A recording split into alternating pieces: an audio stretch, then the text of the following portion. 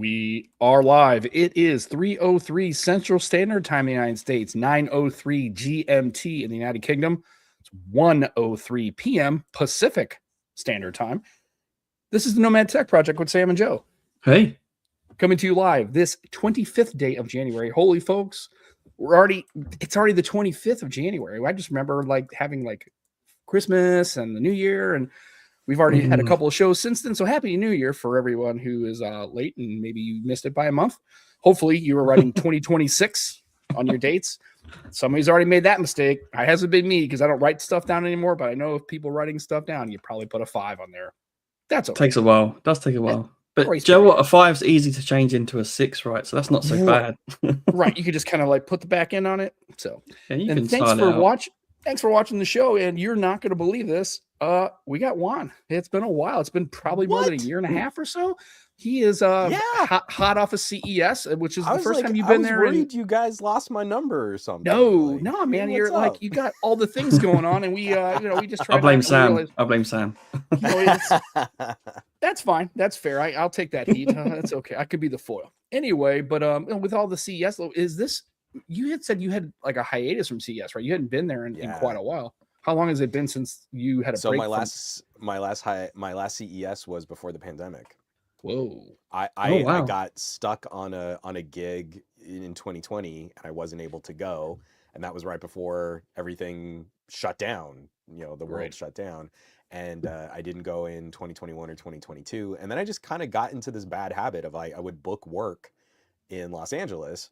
Right around that time, it wouldn't make sense to travel out, and I almost did it again this year.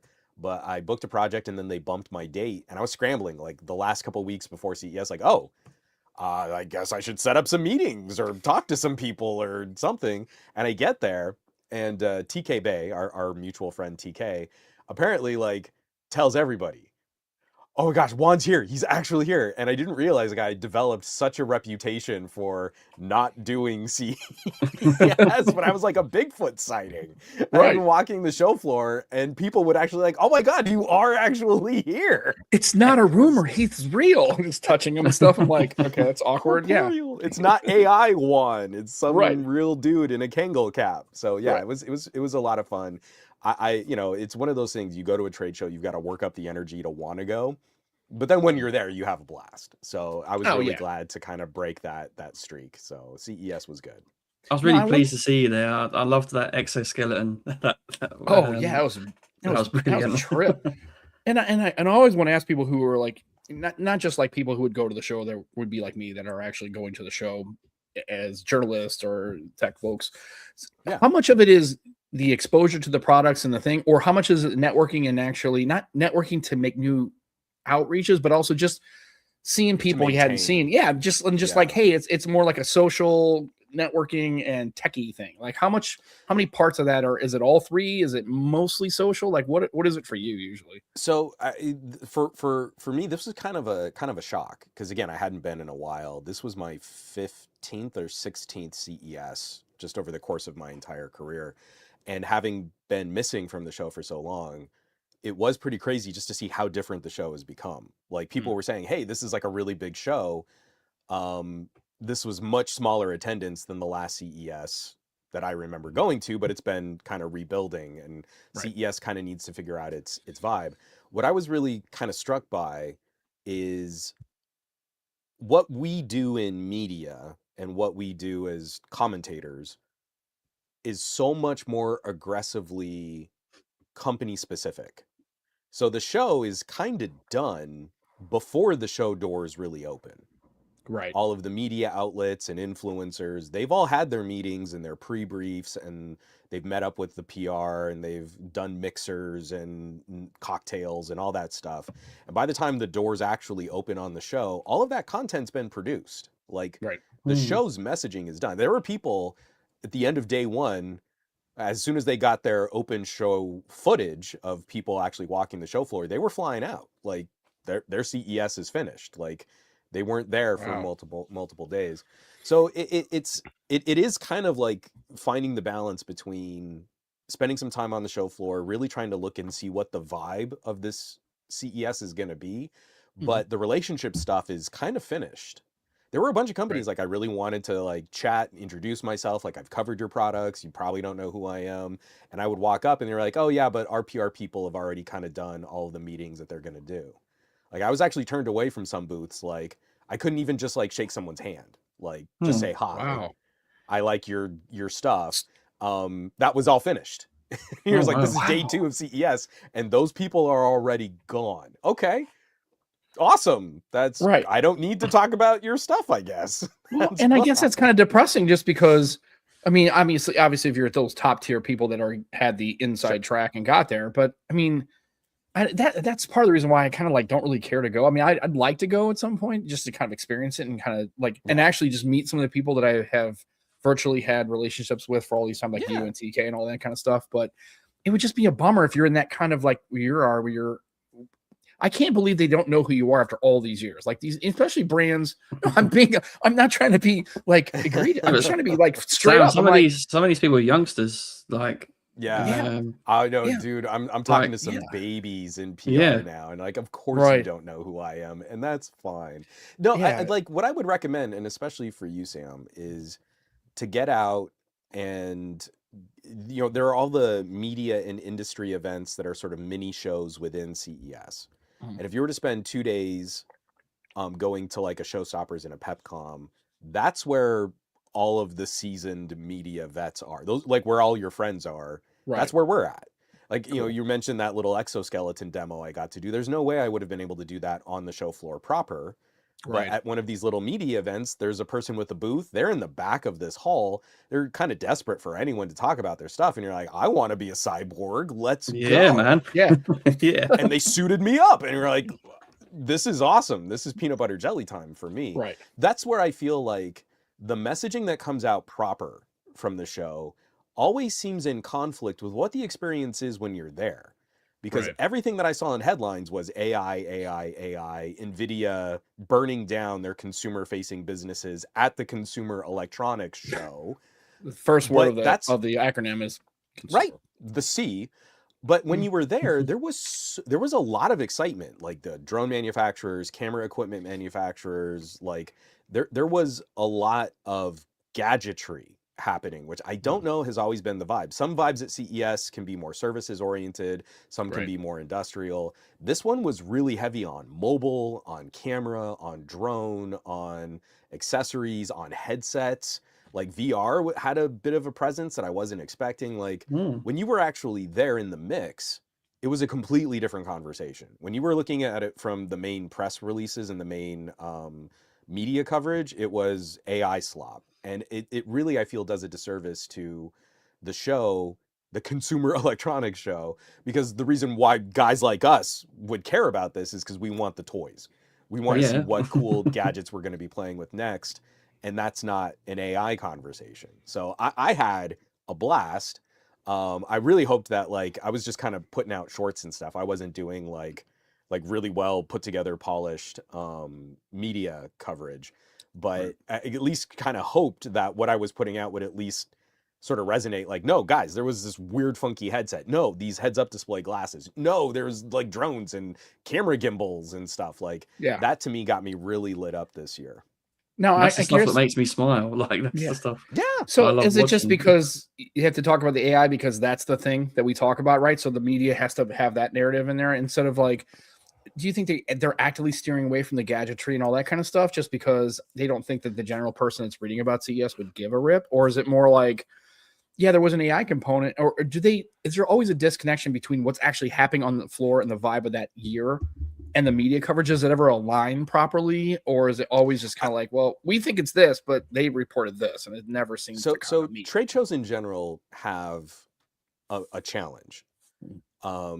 Like we like E3 fell apart, right? Oh yeah, You don't need a major media event to bring reporters to talk about Nintendo, Sony, Microsoft.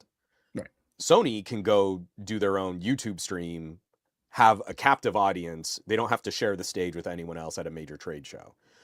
So trade shows really need to I think CES is in a precious position. I don't think they're in danger of disappearing in the next couple of years, but they've really got to figure out why are we drawing all of these people here, and they need to define better what is it that we're trying to accomplish? Because every year the vibe at CES is different. What is the thing at CES? What does CES represent this year?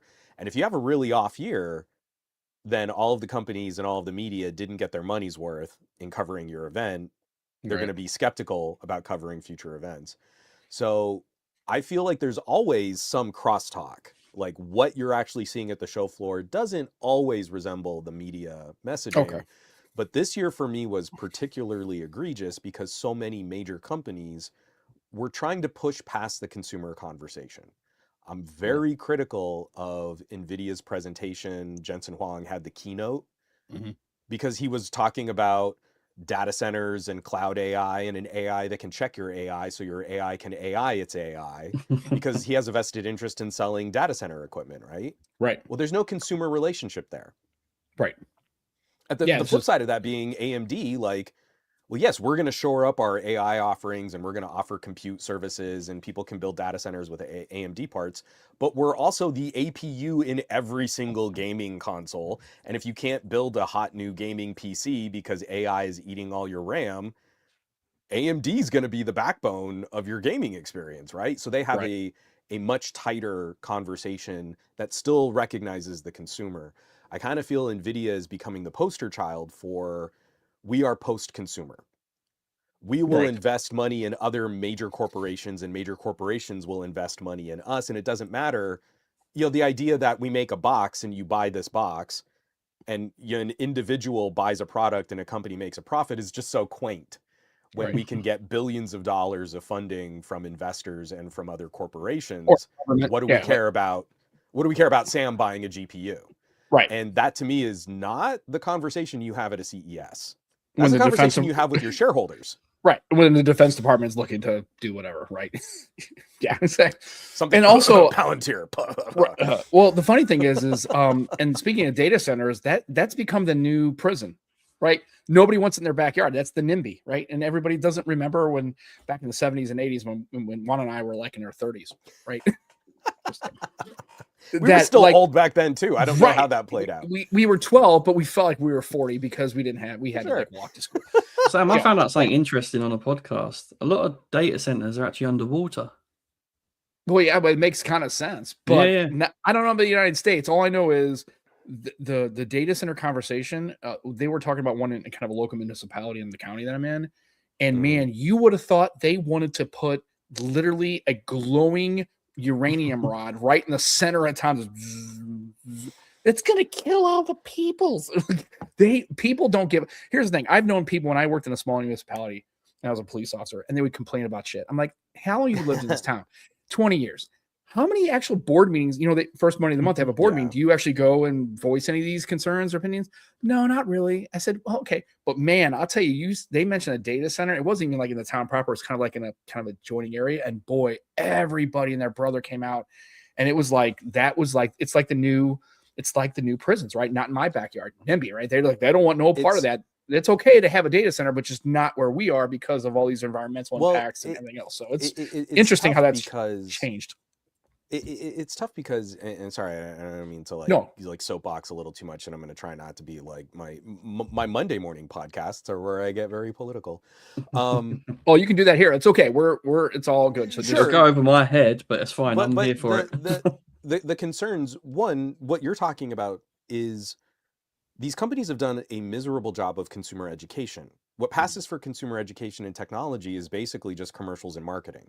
From what phone am I going to buy to what computer can I afford to what technology goes into my car to what happens to our community if a massive infrastructure is built. We haven't done, and this is, I'm including us, you know, techies and influencers and YouTubers and commentators, we haven't done a very good job of keeping the average consumers up to date on what all this stuff means. Look at how ridiculously powerful a smartphone is, and someone will spend $1,400 on a phone, but what are they going to do on it, right? They haven't been taught what these numbers and specs and components and pricing actually means. They're kind of staying at the same level of general awareness that they've been in for the last 10 years. But the opposite side of that is, I think any smaller community that's looking at this, a data center means massive infrastructure, means a huge impact on their and their energy and their water usage. All of that is subsidized. So the people in that community will pay higher electricity rates so that the data center can afford to be able to operate, right? Right. So until there's we're trying to rush through steps. And I know a lot of people get up in their feels about like regulations and zoning and stuff like that, but there's a reason why we employ those government agencies. Like if an area is trying to rush through a data center, then it's probably going to be shoddily built, or it's not going to be effective, or it's going to be too big of a drain on the local resources and the local economy. And I think people in those communities are right to be skeptical when cloud and data center infrastructure has not shown to be any profit generating industry. Well, plus they don't see the day-to-day impact to them. It's like, well, what? Like I have all this AI, but like I don't really know what that means, and because I don't know what it means, and nobody's told me, I'm going to assume it's nefarious and shady, and negative, right? And we're in the midst of that conversation. Like, of course, Jensen Huang at NVIDIA is out there saying, like, well, people who are being critical of AI are just doing so much damage to the AI economy. And you're like, no, you've got to show where we're going to make money on this, right? And you haven't. You make money on this because you sell the pickaxes, but where's the gold rush, right? Right, exactly. So I think people in smaller communities that are like maybe ignorantly getting anxious about a data center in their backyards are right to be anxious, because where's the beef? Right. Show me where this is really going to benefit the community and not just be a massive drag. And these companies can't do it because they are still peddling this like investor scheme. Right. It's moving money between these massive $1 trillion corporations. We haven't seen any evidence that this is a sustainable business model that can really generate profits for these companies, let alone enrich workers in middle management and workers on ground level. So I kind of feel like we've gone through this AI. This is the 4th generation of AI, right? We started with just language models, and then that became generative AI. So now you can make images and movies. And then the last phase was agentic AI, which is AI that had agency over operations on your systems and your data. None of these have by the way, paid out, right? Every year we just come up with a new flavor. And this year was physical AI. So AI in physical products, if it was headsets, if it was robots, if it was autonomous vehicles. And we should all be skeptical because this is all research and technology that's been around for decades. Yeah. But now it's called physical AI. So we can sell another AI that talks to an AI, that gets its data from an AI, that trains on an AI, and then verifies from an AI. And that enriches NVIDIA, but who's making money on it? Right. And the funny thing is, I think for the first time, they're talking about AI that can do all this middle management work. In typical companies, like middle managers handle like payroll and performance evaluations and all these kind of like little right. Well, guess what? Well, no, I swear to God, we have performance. What's weird, where I work, we do self-evaluation. It's kind of a weird way to do it. So they give they cascade goals from the organization, and then we say, here's the way I'm going to hit all those goals in the organization. And then your boss looks at that and says, you are or you're not, right? And instead of your boss looking at your performance and going, yeah, you're hitting these metrics, it's like self-evaluation for your boss to go, yes, you are, or no, you're not. And that, which is fine. But however, because they're all words on a screen and because they are keywords, just like they do searches for resumes, right?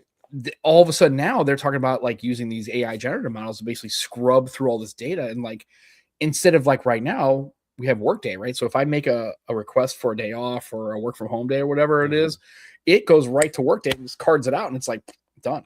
Like no manager needed to really approve that.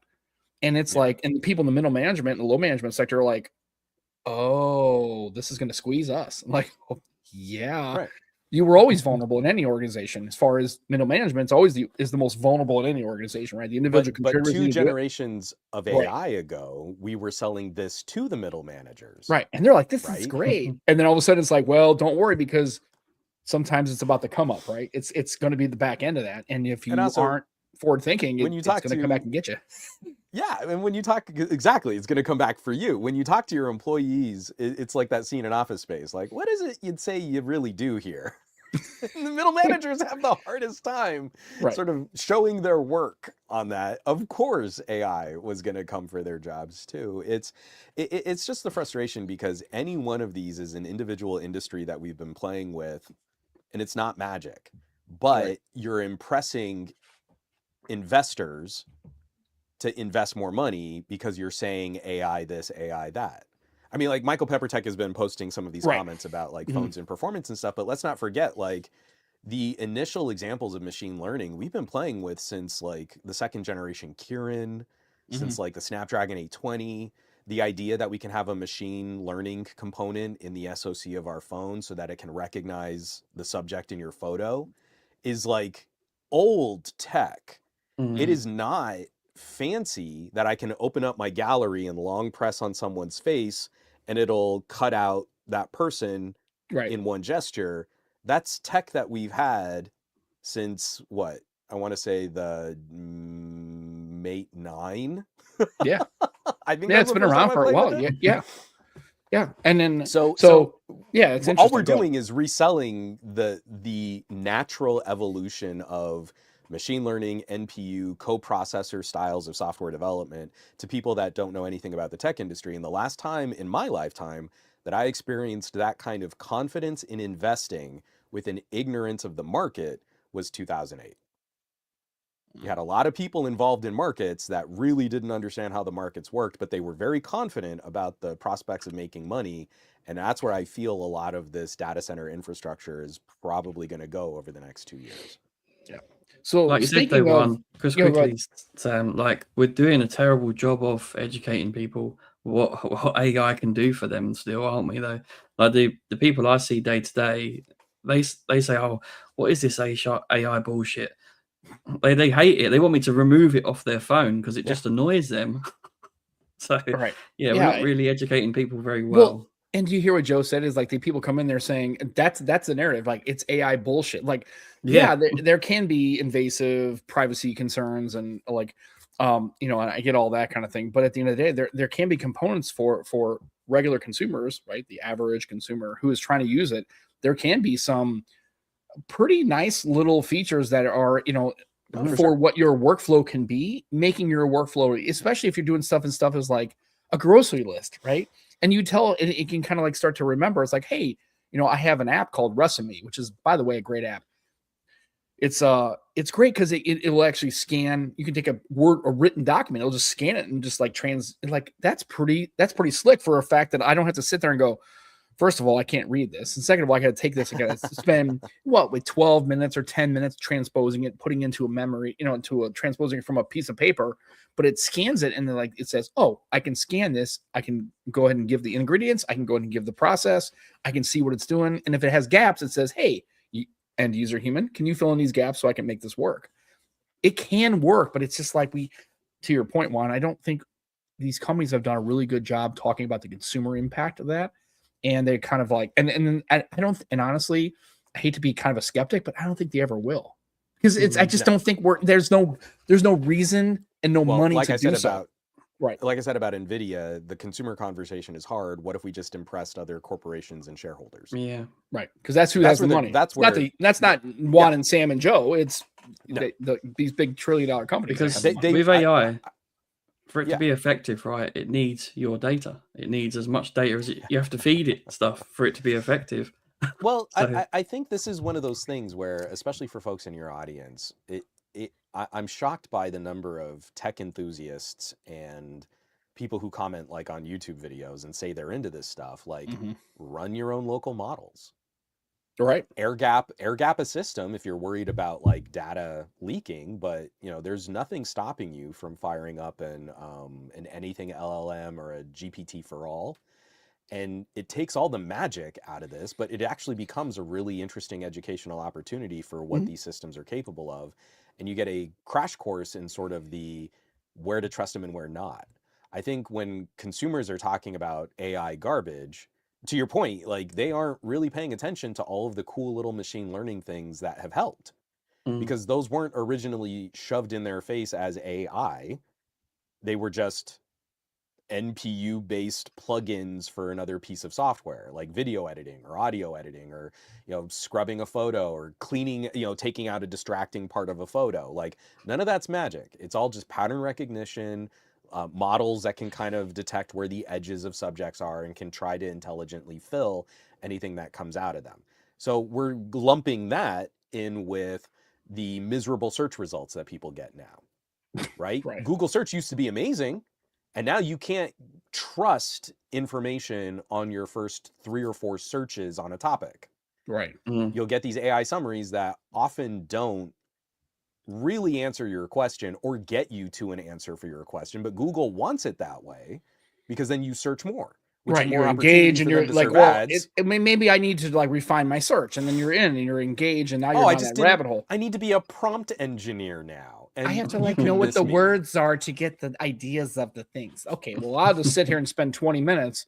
And it's funny because it's talking about saving time, but yet if you're trying to give it prompts so that way you can kind of navigate to where the data is you need it, it's about engagement, and it's about it's just kind of crazy. And just do yourself a favor, folks, if you want to read a book that I've been listening to it, because I don't read books because I go to sleep, dude. It's not because I don't like to read. I'd love to read. I'm the same. I have a duo, and I was reading a book about Benji Molina, you know, the catcher and the Molina family of catching. And I started reading this book, and I mean, I'm sitting at home and I'm wide awake and I'm reading it, and I might have got 8 pages, maybe 9. Where I'm like sitting falling asleep at 3 o'clock in the afternoon. So I like listening to the audiobooks because, one, it's read usually by the author. So I have an Audible account. It's a book called Means of Control. You should, I'm telling you, do yourself a favor, check this book out. It's by a guy named Byron Tao. It talks about advertising IDs and how the government's, you know, used all these over the last 35 or 40 years, how advertising IDs and commercial, it's kind of bizarre. And you start to listen to this book and it just goes, you're just there, right? And it talks about AI modeling and advertising ID and commercial data banks and stuff like that, where they can basically use that data to find bad guys, but also surveil on perfectly good Americans, which is practically and fundamentally illegal. So that's terrible. And to Joe's point, you know, like an AI needs your data to function. It doesn't. Just because you're working with a larger model doesn't necessarily mean you're going to get better results for a situation or a topic. And I think we're trying to cram LLMs into places where they're not effective, where they're not good at delivering the results that we want. And there are other methods, and we're sort of now falling back on other methods of machine intelligence. We're not investigating because we've created this notion of an eventual profit margin or profitable business based on these types of AI systems. And so the other methods that we can use to organize, sort, generate information aren't being investigated like they should be. It's kind of like it's another market where I feel like it should have stayed in the hands of researchers and tinkerers longer and cooked a little bit more before we tried this big push to incorporate it into every public-facing and consumer-facing business sector. I think we were just way ahead of what this thing can actually accomplish. And we're making these big promises that are not coming true, and that's always what people love, right? Is when you overpromise and underdeliver. So the skepticism in the ire, I think, is totally valid, but it comes in part because we haven't been teaching people how to use a computer. Like I'm working with my daughter because I'm not going to have her be one of these iPad kids, right? Like her school laptop runs Ubuntu.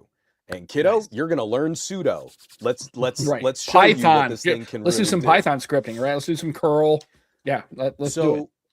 So when I look at her peers, there are maybe 1 or 2 other kids in the class, a class of like 40 kids, well, like 30, 35, somewhere in there. But there are maybe 1 or 2 other kids who will at least just understand the metaphors that we give for things like file management. Mm-hmm. Like there's a piece of paper that lives in this folder and you keep this folder in this drawer. The rest of these kids are touch, square, get, app.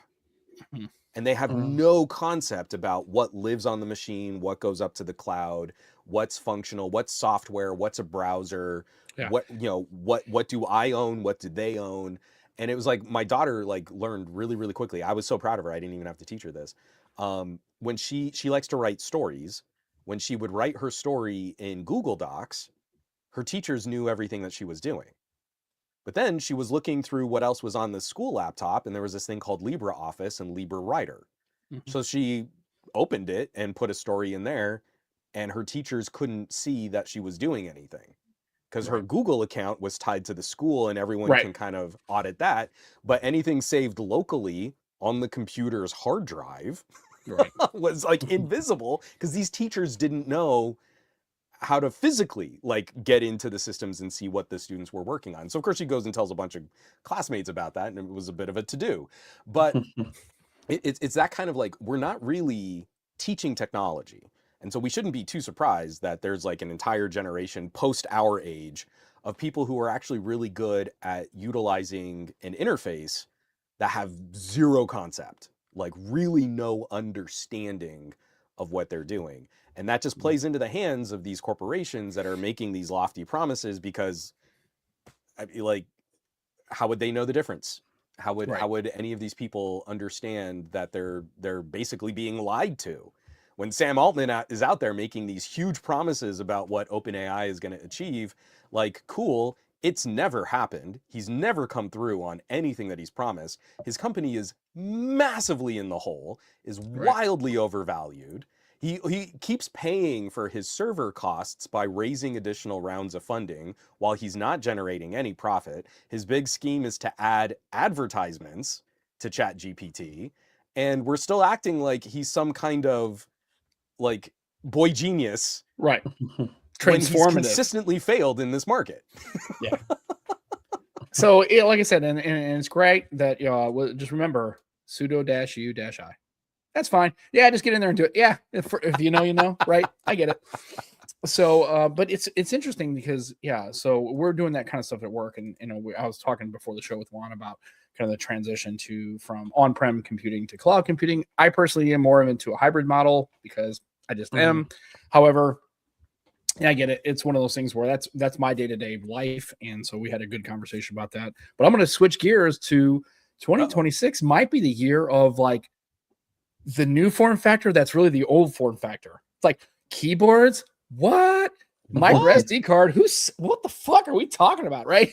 It's like headphone jacks, keyboards. It's crazy. Right. And then you got pretty Joe. Right. And then you've got like, I want you to talk like, we had a conversation. I had made a comment on like the next phone, right? And like, oh, it runs all this stuff. And it's like, okay, well, my phone already runs Linux. I'm like, well, then fucking get a cookie and shut up and sit down. Like, like, dude, like whatever. So it's like, oh, I already know how to do the Linux. It's like, well, okay. But the fact that you can have a computer now, and like the fact that it isn't just the Samsung, the Google, the Apple regurgitated phones. Like we're getting keyboards, we're getting back to micro SD. So what's old is new. Like I think 2026 might be the year of the tech, old school, going to the thrift shop, right, and going in there, right, and you're going back to stuff. It's like your granddad's fur coat, right? It's like retro is in trend. Retro is in, isn't it? So things that I thought that would like be dead and buried because Apple and Google and Samsung told us they were, and these companies go, no, they're not. There are markets now. Is it widespread?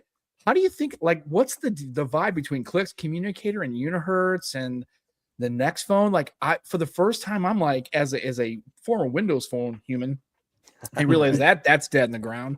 However, what do you think about like what's like all of a sudden? It's like it just seemed like mid 25 we're in this like show hole of just every year it's the same phone. It's like that. And all of a sudden that last 6 months, and all of a sudden it got weird. Like it just got wild out here in these streets, right? And so, like, how do you feel about that? Like, I'm personally excited. I've been really wanting to pick your brain on this because I know you have I have definitely an invested interest and a definite vibe on this. So I'd want to pick your brain on this. So, I mean, in full disclosure, if anyone's watching this who doesn't know who I am very exhausted by the Apple, Google, Samsung lock-in here in the United States. Right. We are deprived of some of the most exciting developments in mobile because those three companies are coasting. They're not market leaders. They're just occupying big chunks of market share. They're not really driving innovation because why would they need to? They've got momentum and consumers who won't leave. So for me, like especially on my channel recently, it's been covering a lot of more international devices, mini PC, stuff like that. This is one of the reasons why I was so critical of the major media messaging from CES, is because if you were only paying attention to those big corporate AI announcements, you missed some of the most fun enthusiast conversation around these gadgets. Like companies that are starting to pop up that recognize we're going to be niche, but we're going to try to be the king of this niche. And there's a market of people that still exist that are being underserved. And so the only thing that makes those conversations better is competition. Look at Click's Communicator comes out, and that is totally in my wheelhouse. Like I still have, it's right over there on my bookshelf. The red BlackBerry Key 2 is still one of the best communicator phones that's ever been made. And again, like I've been saying, we don't teach this very well. Everyone picks up phone, what does phone things, and tablet, what does tablet things. And they miss like a phone can be an amazing phone for gaming, just like a laptop can be an amazing phone for game. A laptop can be an amazing computer for gaming. There are phones that are better for content creation. There are phones that are better for communication and epic battery life. There are phones that are better for multimedia and entertainment. Like if we don't properly explain and we only put it through the lens of iPhone gets the most market share, so everything is gooder or badder than iPhone, then you miss the right tool or the right solution for that consumer's needs. So Clicks comes around, and my wife couldn't be more excited. My wife is still viciously angry that BlackBerry doesn't exist. You could not take her BlackBerry Curve out of her hands. If she could go back to any phone as a reasonable solution today. There are a lot of corporate folks BlackBerry. That are militant about BlackBerry. Like if they can guide anything that brings them back to that what they grew up with and familiar with, they will bend over backwards to prophesize that. And I think a lot of people, a lot of techies, I should say, the people who like to leave snippy comments on YouTube videos that I have very little respect for, a lot of them miss, or like I should say, a lot of them mistake one defining feature as like the only thing that someone must care about. Like I can't tell you the number of comments I get like, well, this phone has a headphone jack. Why can't you just use that phone and be happy? And you're like, well, no, I came from LG where I had audiophile grade, high quality premium audio components. That's what I cared about. But you're an idiot, so it really doesn't make sense for me to waste time trying to explain that to you. And I think you would like pick up the Clicks, you'll miss the keyboard is a major part of this, but there's a philosophy that has been ignored that BlackBerry succeeded with. What my wife, she wants the keyboard. She likes typing on a little thumb board, but she wants a streamlined, focused, power efficient device that organizes and categorizes messages and calendar. Android is actually really bad at that. You have to jump through hoops to kind of make Android better for that kind of efficient focus. Communication productivity tool. Exactly. So when she's seen like the Unihertz phones and she's played with the Android powered BlackBerries, they don't scratch the itch because they're not trying to do what the original BlackBerry OS devices did. They're trying to be Android with a keyboard. So she's interested in Clicks because like the home screen is a message carousel. So like I open the phone with purpose, not because I'm just randomly trying to scroll TikTok. I open the phone with purpose because I'm getting messages and notifications front and center. That's what I'm going to focus on. She doesn't need a V16 twin turbocharged engine in her phone. She needs a phone that'll go 2 or 3 days on a charge. Right. So it's like, that's what we care about. Like if we say it's a communicator, we want communication to be a highlight, a feature, like what the device is built around. And so she's so much more interested in this than she ever would have been like a keyboard case. Like that just makes her phone bigger and bulkier. Like that doesn't give her what she wants. And I still have to navigate through the deficiencies of Android. Whereas this is way more focused. And like, that's why I always argued about Windows Phone. People like, what about Windows Phone? I said, well, the tiles, I get it. I understand that, like from an aesthetic point of view, it doesn't really hit all the boxes. But what did hit the boxes was Metro UI and how the People Hub, how it totally integrated everything. It was so clean. It was clean, right? It was clean. It was efficient. And people, again, if you want to doom scroll TikTok, fine. No shame on you. I don't want to do it. And I honestly, I think a lot of people who are maybe a lot of people like that, Joe. Older, like maybe, and even younger people, they're kind of like, I'm just so overwhelmed by all the constant input. Like I'm just like, some people just want to disconnect. The question I have is, I know in the United States this makes a lot more sense. One, because we have the Google, Samsung, we have the trio of doom, right? But in the UK and the Europe, they have the Honors, the Vivos, the Xiaomis, the other things. Sure. Because they have other options, do you think that these communication devices and these more kind of like get outside of the Google, Samsung, Apple thing, how does that play in Europe and other emerging markets like Asia and other things like that? Do you think, is there a reason why they're not there? Like, it has a place. It definitely has a place. I think so. So again, if I were really good at predicting stuff, I'd be far wealthier than I am today. I tend to wear my heart on my sleeve. Like, I advocate for the things I care about, and that usually loses in the market. When it comes to the international market, one of the things that I think we've really satisfied, or I should say two, we've really satisfied an idea of high performance compute for a niche audience of gamers.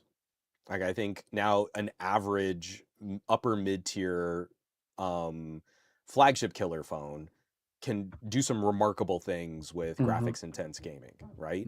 I think we've also done a really good job internationally, not here in the United States, of satisfying content creation. So the market of people that are wanting to be influencers or sharing short form video, like, these devices are critically capable of fulfilling some high level, not just shooting content, but also editing, uploading, handling your social media. It's a one-stop shop. So I think we've done a really good job with those niches. Right.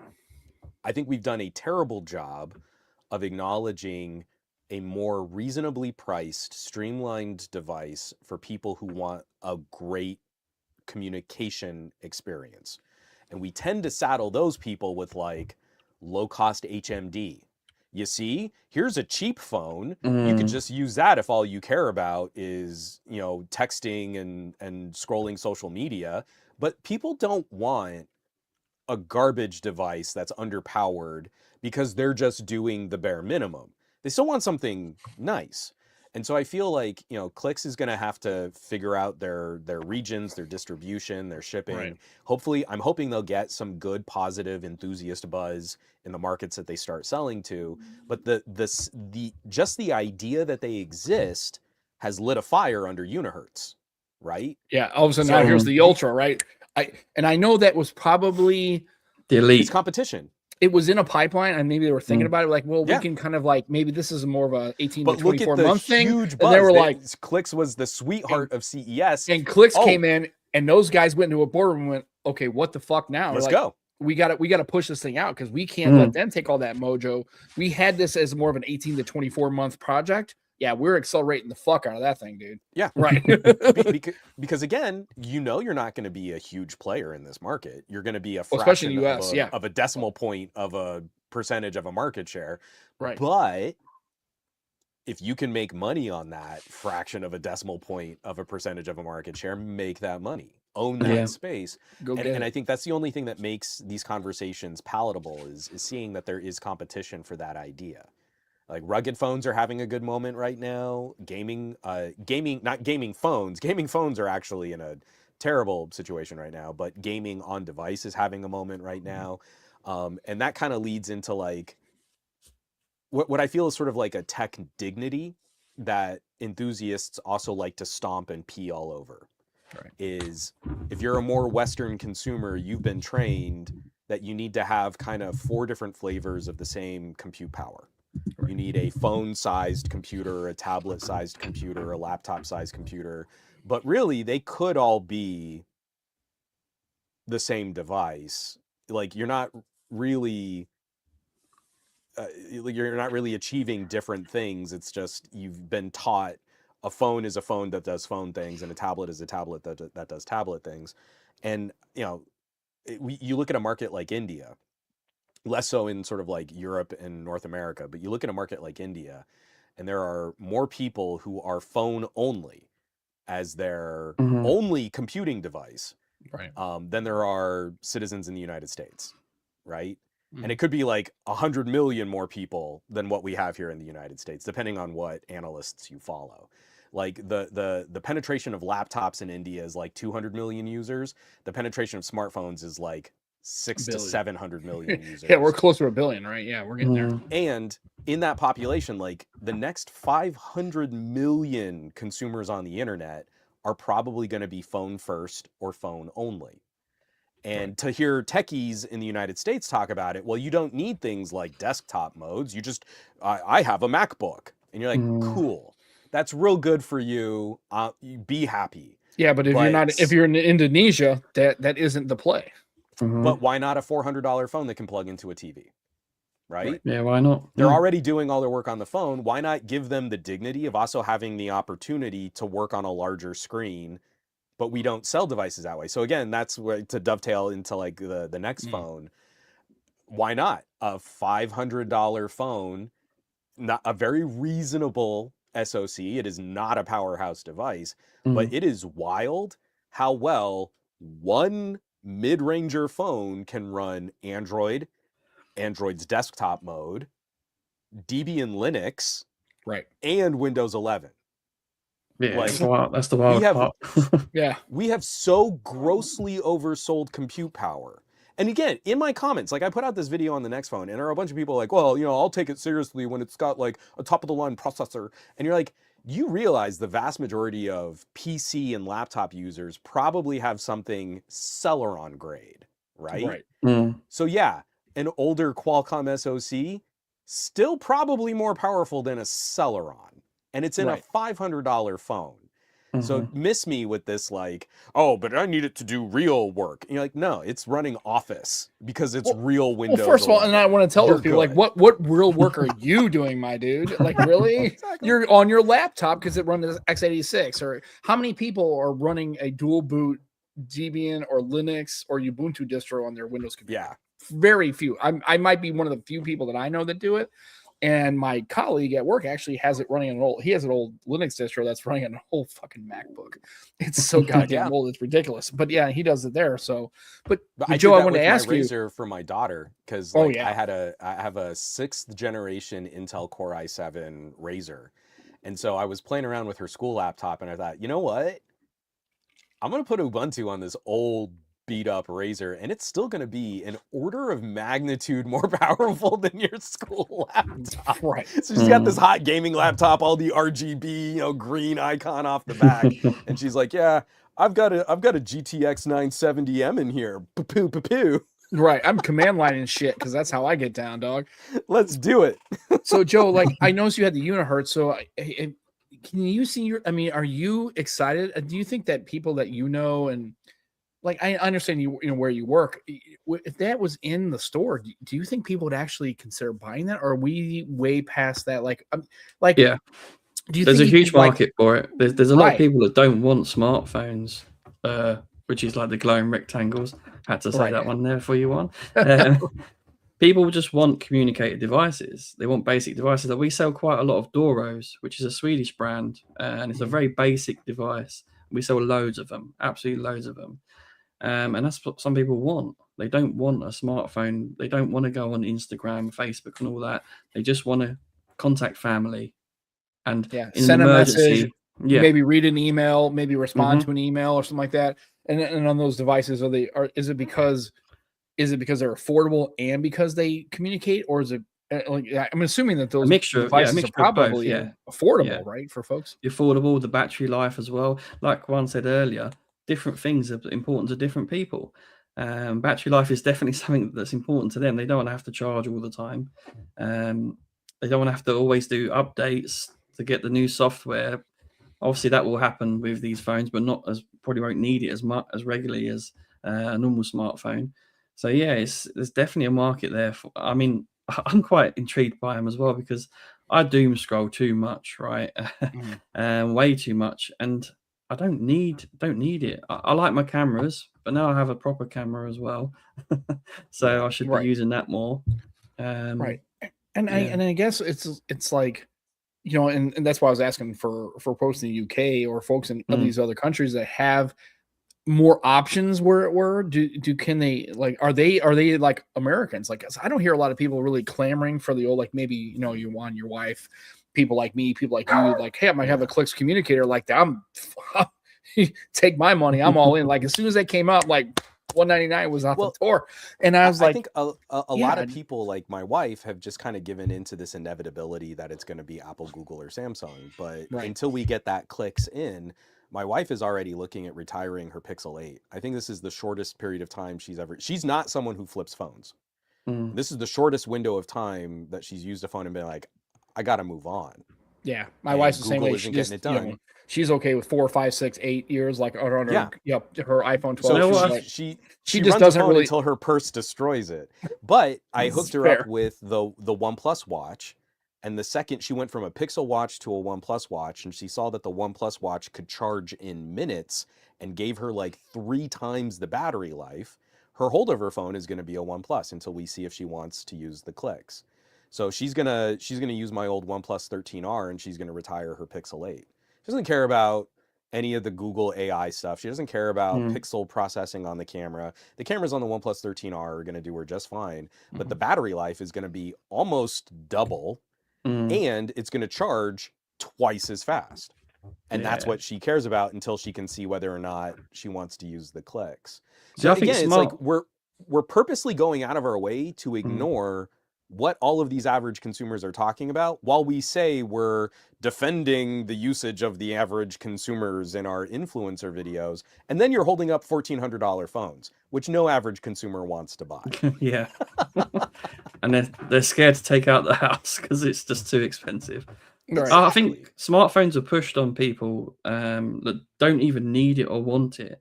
But even family members push it on them, when really they just want a basic communicator device like the Clicks. That's what they want. There's a lot of people, but it's family and finding businesses. them is going to be the challenge. Yes, it's finding people that can be persuaded to take a chance, because a phone is a mission critical piece of communication hardware now to live in modern society. Yeah, so definitely. The marketing and the messaging have to be on point. There can't be any clumsy stumbles with like QA or software support or experience killing bugs.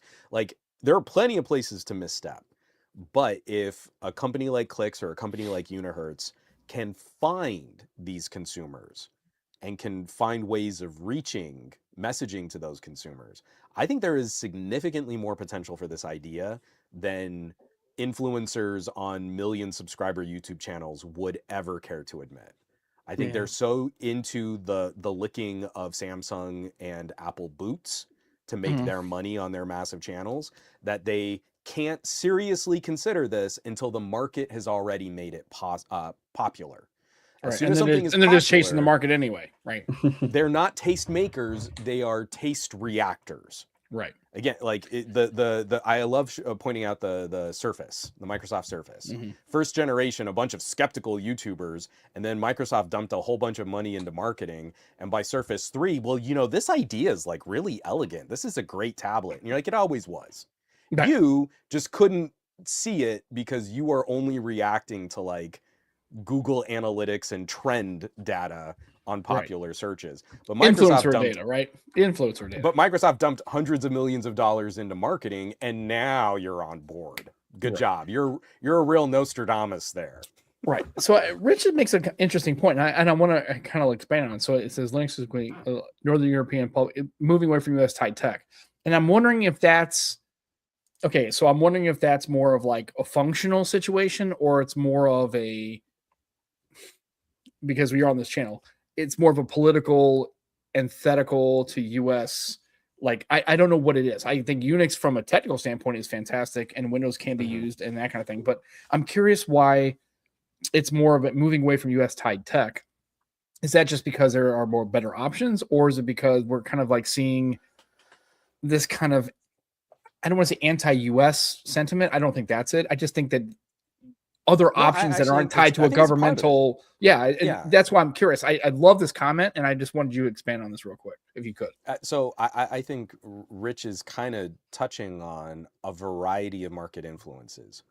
I don't think consumers would ever articulate it like this, but I think they do care about competition. Competition makes their products better. The market is stagnant. Why is the market stagnant? Well, there really isn't a lot of competition. Why do you think so many gamers get lit up and excited about things like the Steam Deck, the Steam Machine, Steam Frame? We know it's not going to outsell Nintendo, but it's a massive new competitive talking point for PC gaming that brings alternatives to the market for us to shop and get incredible performance per dollar.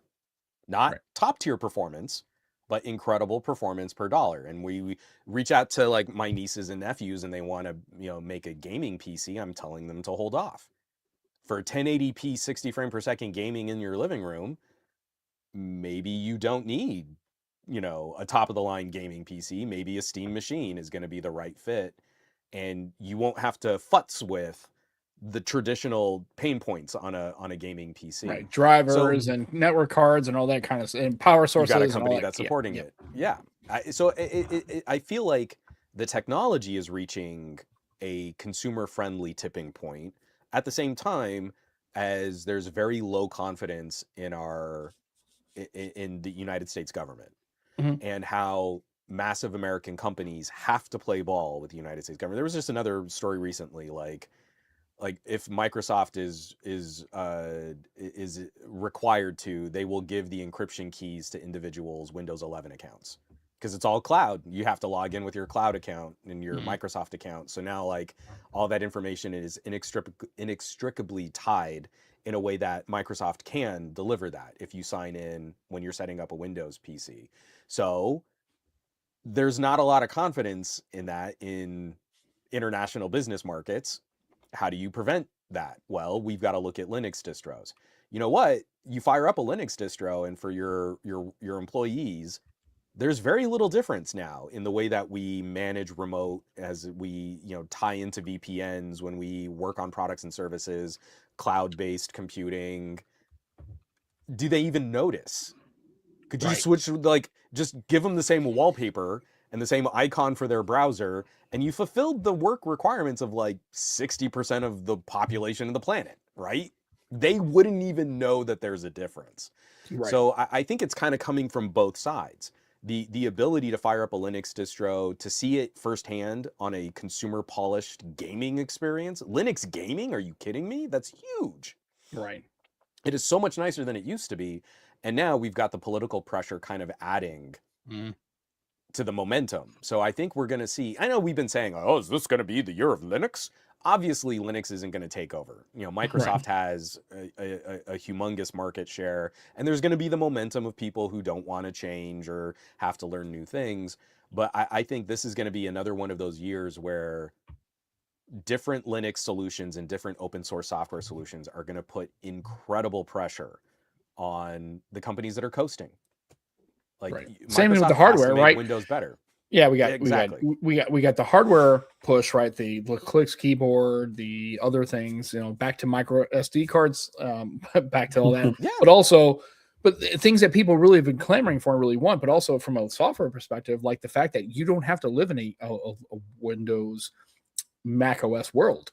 There is so many more options in Debian Linux and just Ubuntu and just straight Linux.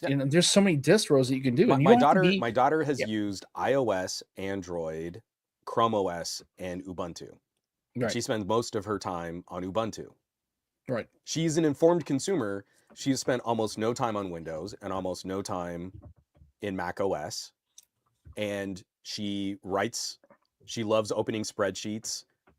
She did a spreadsheet where she was working with her classmates on doing a short film, and she opened up the LibreOffice spreadsheet and started putting in cast and characters and production and stuff like that. She's 10. She edits audio in Audacity. She edits video in Shotcut and LumaFusion. She's doing, for a 10-year-old, she's doing some pretty high level stuff. She's never touched Windows. She doesn't know what she doesn't know about the pain points in Windows. And you're like, it takes so little to kind of just expose someone to the idea to plant a seed. Are we immediately going to switch over Linux and Microsoft market share? Absolutely not. But I think techies get really short-sighted and they say like, oh, well, there was only like a 5% difference. That's hundreds of millions of people. Do you know how big that market just got with like a 5% difference? Like, well, it's also a snowball effect, right? Like that's where we are now. It's because we have snowballed effect, right? Windows has been the predominant operating system in the United States for go on 40 plus years, right? So there is some market there. And the fact that, you know, but the problem is not everybody, Juan, engages their children, right? As far as like, hey, like some of these people just don't know. Like I guarantee it, take 100 people, just walk through a Walmart, right? Just walk through anything and say, hey, do you know, have you ever heard of such thing as Linux when it comes to a computer? And people, I would say probably 80% of those people will have either never heard of it or have a real off tangential. That's the conversation. This is like a Louis Rossmann thing, because like when we're trying to appeal to consumers who are less enthusiasts and aren't as into this, like for us, tech is the entertainment, and then we do things on the tech too. This is the reason why I feel we suffer so many failures in this commentary. Is because you've already lost someone if you walk them through a Walmart and you're talking about Chrome OS or Linux or Windows or Mac OS. Like they've already gone glassy-eyed on you the second you start that. All the words. I have sold so many Steam Decks. Right. I take my Steam Deck and I put on a game I like and I put it in someone else's hands. And then I tell them about Steam game sales where you get stupid cheap games as compared to like a Nintendo or a Sony. And then I show them the Epic Game Store where you get a free game every Thursday, and sometimes they're bangers. Like I didn't give J.K. Rowling a dime to get Hogwarts Legacy, right? I feel pretty good about that. Yeah, nice. So if I just do that, that consumer isn't better informed that they're using some flavor of Linux with a front end on the Steam software with this, and they can go into desktop mode and do all this other stuff. But I know so many people in my circles of family and friends that have purchased Steam Decks and Asus Allies and what was the other one? The Lenovo. A friend of mine just got a Lenovo, like a Legion, and you're like, yeah, you're still doing it. Like you're still moving away from what like the traditional norm of computing is, and someone using Steam OS is using Linux. Like just get them using it and they won't know that there's something that should be weird or different. They're just going to do what they want to do. But if you sit there and spoon feed them, oh, this is different than Windows, then all they're going to do is look for all the ways that this isn't exactly like the thing that I used before. And techies are super stupid guilty of that too. Like look at every single comment, you're like, well, I would buy this if it were exactly like the thing I already use and it was more powerful and it was cheaper. Well, yeah, no shit. How about you actually look at what it is and you see the enormous number of people that could benefit from this, and it's not about you. Right. Well, and Joe, you know, like you're not exactly like, I don't see you as a super gamer, but like the Steam Deck, like what Juan's talking about, do you think that would you like be interested in more of like can you see, if you're not a gamer, how the Steam Deck, like, can it bridge across? I just don't want it to be like, well, if you're a gamer, you try a Steam Deck. Well, then people are like, well, I don't really play games. I play like Angry Birds, and that's really like, like how do you think that people who aren't really gamers? See, I think the Steam Deck's for the ones that aren't hardcore gamers, because there's like really basic games and all sorts on there that you can do. So I love Carcassonne. I've told you about that before. Yeah, I love that game. I play with family, and that's I have no idea what I'm doing, but I'd love to. It's terrible at. Yeah. But that, and there's another. What's the other card game? I can't think of the name of it. Oh man, I used to play. It was like Carcassonne, but it was another one, and it was like but like, or I like Ticket to Ride. Yeah, like then you got like, you know, Marbles on Steam, right? They're like these collaborative like games that people just pick up, and like everybody wants to move on. Remember the old Marble Madness back in the day? Like there are games that are for folks like me that really kind of get into it, but then there's these, I guess they would call casual, right, games that people can engage with and have like hey, 15 of your people, you can get on a room and everybody. Remember the old days where everybody would get on a room and do all these like games and everybody just like you didn't have to be a gamer per se, but you had to have an engaging game that was easy. Yeah, it was fun. Like, yeah. So I know I sold one Steam Deck to a mom at my daughter's school because the game I let her try on my Steam Deck was Tetris Effect. Okay. And the first words out of her mouth was, "Oh man, just like my old Game Boy." Yeah. Gotcha. Done. Done. Yeah. I didn't even have to explain or like, oh, but you could also for like the Nintendo Switch, or you could get a laptop and blah, blah, blah, blah, blah. Nope. She just started dropping blocks. Right. Steam Deck purchased. Lowest end model. Like, I think she spent like $350. It might have been a refurb. Right. Well, I'll tell you, I don't know the game that I really like is was going to be used for much other than Tetris, but I bet that machine is used pretty heavily. Back in the day, you remember Luminous? Oh, dude, I love that game. Oh, heck yeah. Man. The music, it was like Tetris on a soundtrack. It was so great. Yeah. And it was like I used to remember like having that game and just playing the living shit out of that stuff. It's like Tetris Effect and then also Beat Saber for VR.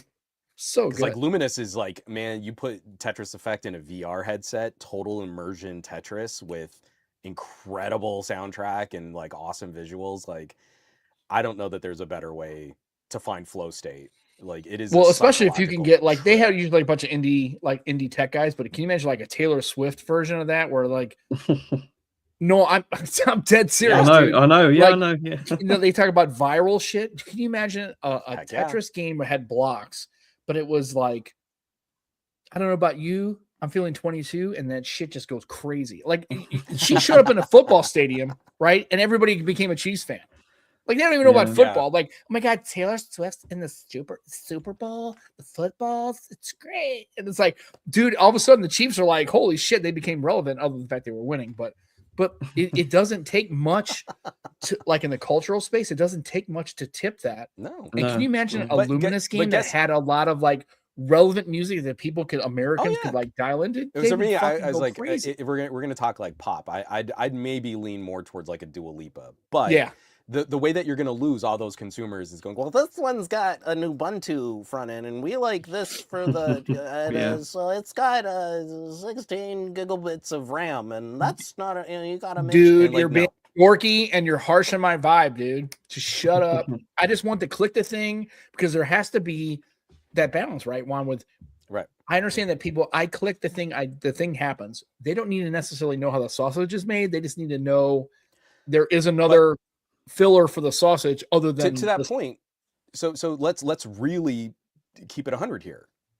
If we're talking to average consumers who just want things to just work and are touch square get app people, it's not Windows. Right. Nope. Look at how Windows has struggled, how Microsoft has struggled to bring a streamlined gaming interface to the masses.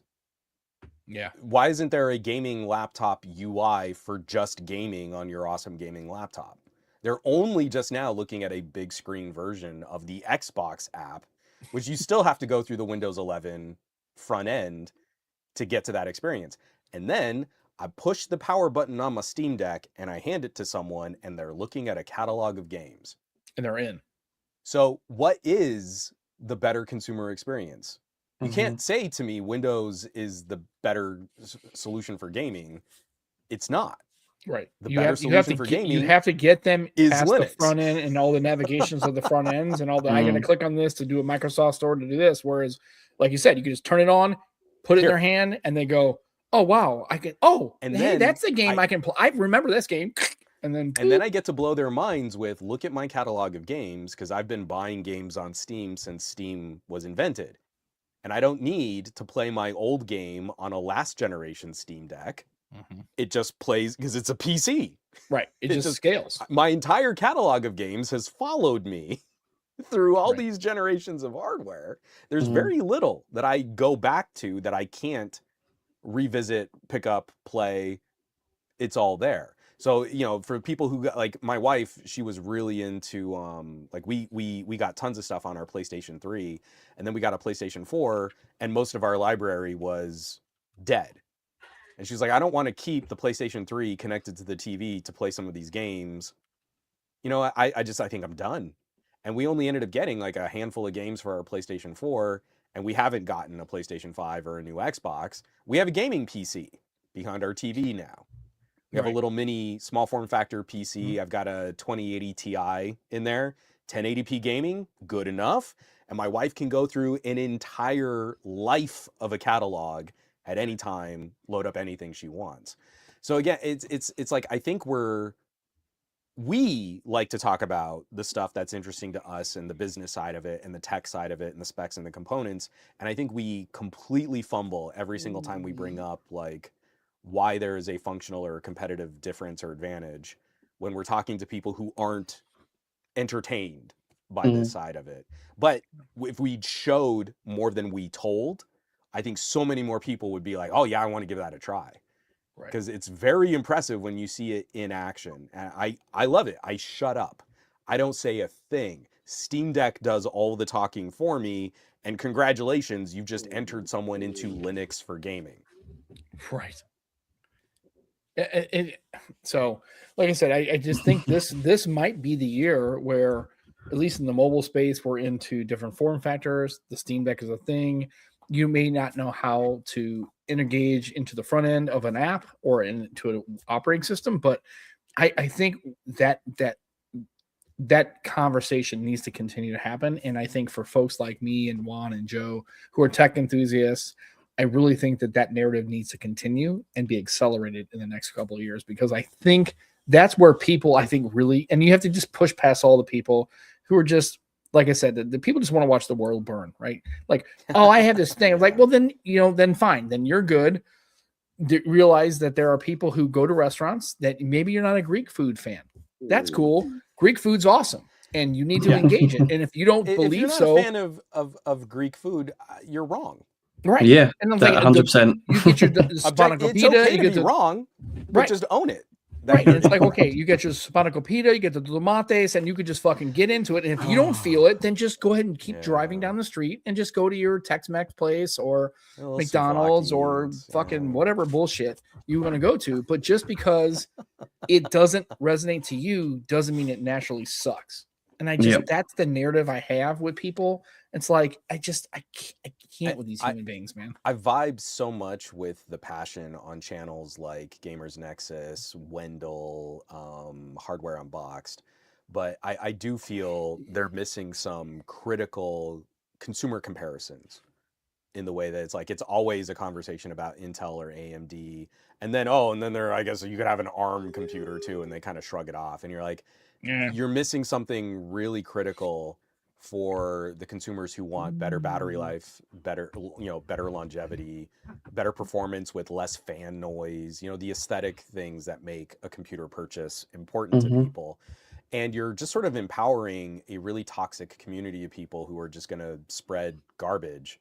Like I did the Next Phone video, and it's like, I'm still getting comments from people who genuinely have no idea what it's like to use Windows on an ARM device, and are still talking about things that haven't been relevant for like 3 years. The software, and I had a Windows RT. You're like, well, you're an idiot.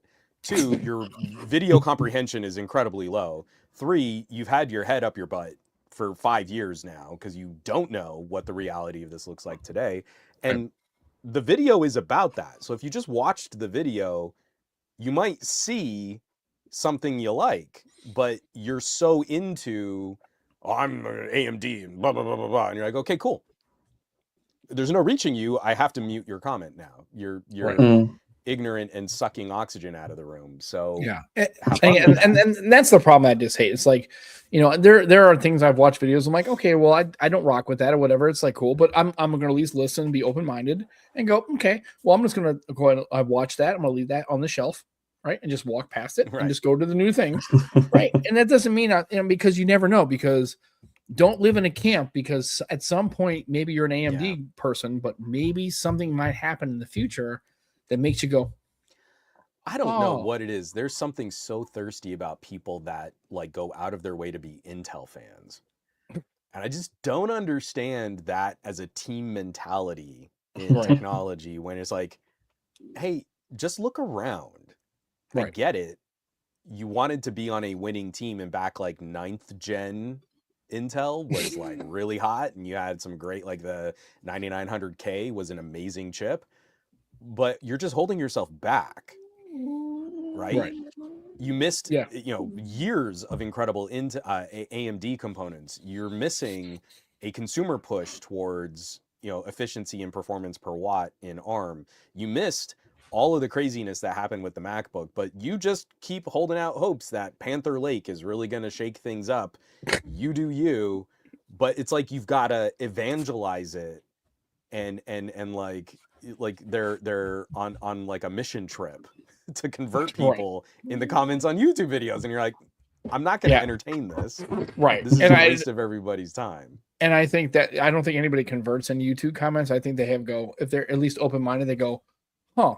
Well, that's an approach I maybe never considered, right? And also, it's one of those things where you don't have to just you don't have to sit there and just keyboard worry it, right? If it doesn't work for you, just go, well, I don't think the next phone's a phone that I would use because I already do all the things, so I'm just going to go ahead and move past it, right? But they can't. They have to scratch. It's right here, right on the neck. It's this little itch. They have to get to it. It's so personal, Sam. Right. It's just, I just don't even understand why something like this would exist. You don't? You really don't? You really don't understand? Are you sure? Are you? Are you sure about that? Yeah, exactly. You want to try?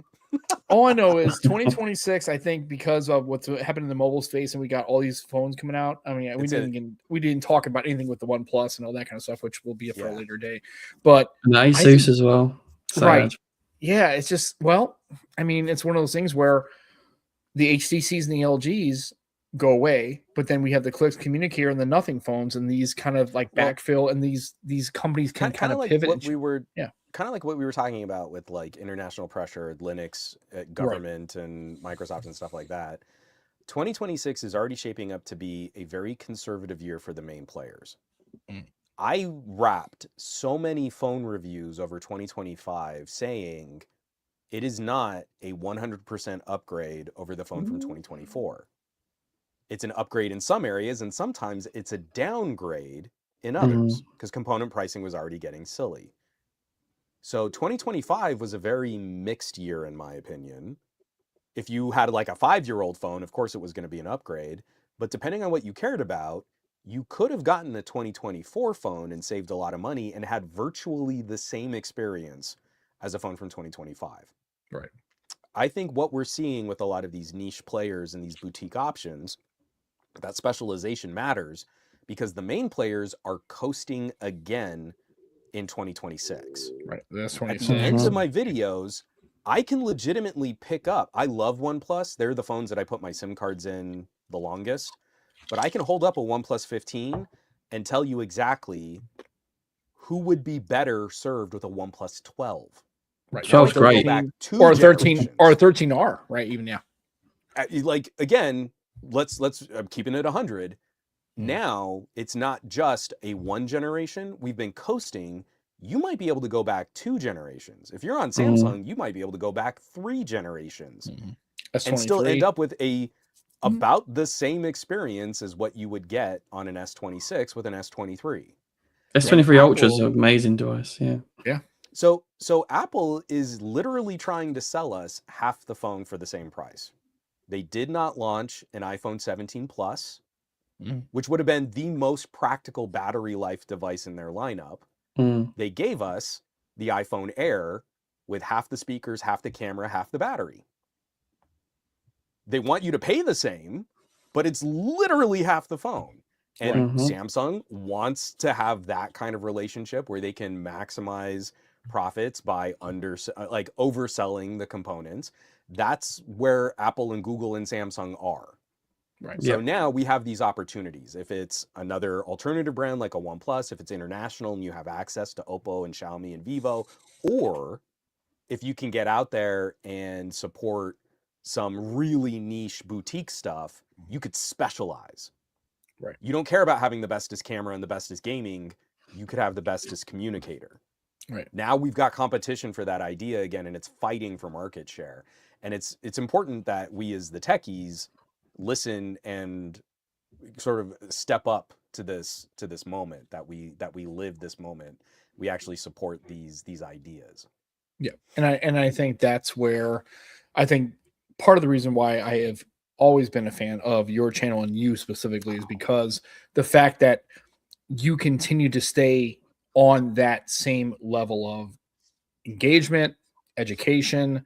There are places for all the things, right? There can be places for everything, and multiple things can be true at once, right? It is what it is, right? And I think that's what it is. I don't think it's an and or, right? I think it's an and maybe an or, right? And then there might be people who, like your wife, and other people like me, who are like, "Hey, man, I can totally rock a communicator. Hey, I'm okay with, I'm okay with this. Like, I'm okay with this. Like, I know you may not be, but I might be okay with this." And it's like, I think they're in there. At the end of the day, at the table, there are places for people to eat and people to graze. And we can make the table different. We can make it longer. We can make it shorter. But just because somebody may not rock with you, that's okay. Their needs might be different, and you need to understand that and embrace that. And we need to kind of be supportive and caring and get out there and say. And I think the game is way more fun when you see something and you immediately recognize that's not for me, but I know exactly who would. Right. And that's what I think a lot of techies are missing. They're losing the joy. Right. I think they miss the joy. Like, there is something fun about that discovery. And it sucks if like you're in a family and everyone just is kind of like whatever about what you care about. I totally get that.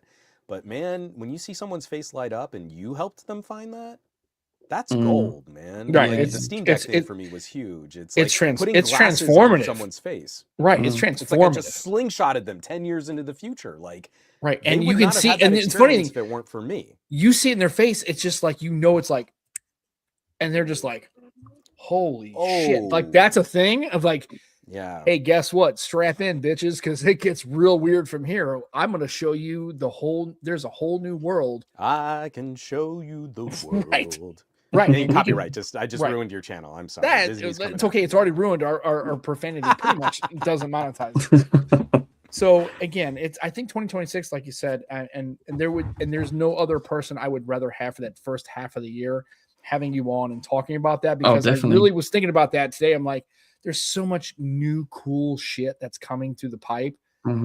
What better way than have Juan Carlos Bagnell come on and kind of talk through all that? And also, it's just one of those things where Joe and I can tell you right now, as a personal aside, this is going to be schmaltzy as hell. I don't really care. It's my show. It's Joe's show. I wouldn't be a podcaster if it wasn't for Juan Carlos Bagnell. No, exactly. It's literally, and I'm not kidding you. It's like, because I thought, and my wife is like, yeah, you talk a lot, but I'm used to it. But I don't think everybody is. And I just thought, when I had the Across the Podcast, and I dipped out for a while because Matt wanted to do some streaming. I'm like, that's not my thing. But I will tell you that to this day, I still have my shirt. I still am a fan of Juan Carlos Bagnell. He is the one who really absolutely got me to where I am now. I'm not exactly the Joe Rogan experience, and that's okay because I really don't care. But at the end of the day, Juan is one of the people that I like. He is my go-to. And if there was the Black Jesus or the GOAT of tech, right? Like Michael Jordan, right? There's just people who just like crush it and do it for not just one moment or like a year, but just like for 20 or so years. Just there is no better. And at the end of the day, I have to give that to you as feedback because it is something that is meaningful to me, and I appreciate you. And I am happy that you came on, and Joe and I just appreciate you as big time. Yeah. I'm touched, and it means a lot. I really appreciate, it's nice when people say nice things about you too, because I get all the YouTube comments on the other side also. Right. But it's always been the mission. We want to find the nerds. I want to find, I'm not trying to talk to average consumers. I'm trying to talk to the people that are responsible for resetting Auntie's router every Thanksgiving. Like, I want that lunchroom table of geeks that, I grew up with, and I want to build that, and I want to see it grow. And anything I can do to help pay it forward, if you'll pardon the plug, I've very much been disappointed in the business practices at sites like Twitter and Reddit, but I'm always game to try something new, especially like we've been talking like keyboards and memory cards and stuff like that. Bringing old ideas that still had merit, bring those ideas back. So I'm trying to revive the glowing rectangles community over at Dig. Dig just opened up public beta. We can have new communities again. It's the old school upvoting content.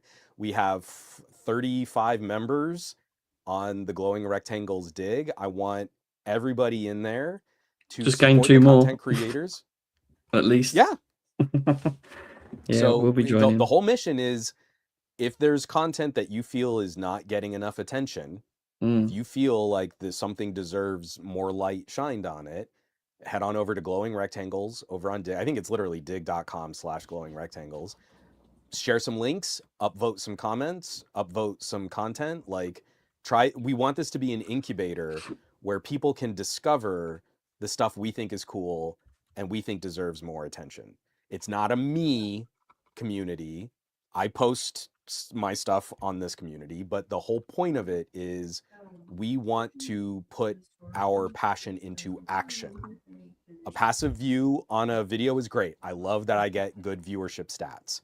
But what really matters is engagement, commentary, reactions, and sharing. And if you don't put some of that effort forward, then your favorite content will wither and die. And anything I can do to kind of help spread, to pay forward, to foster that sense of growth and community at the nerdy level. We really want to dig into this stuff.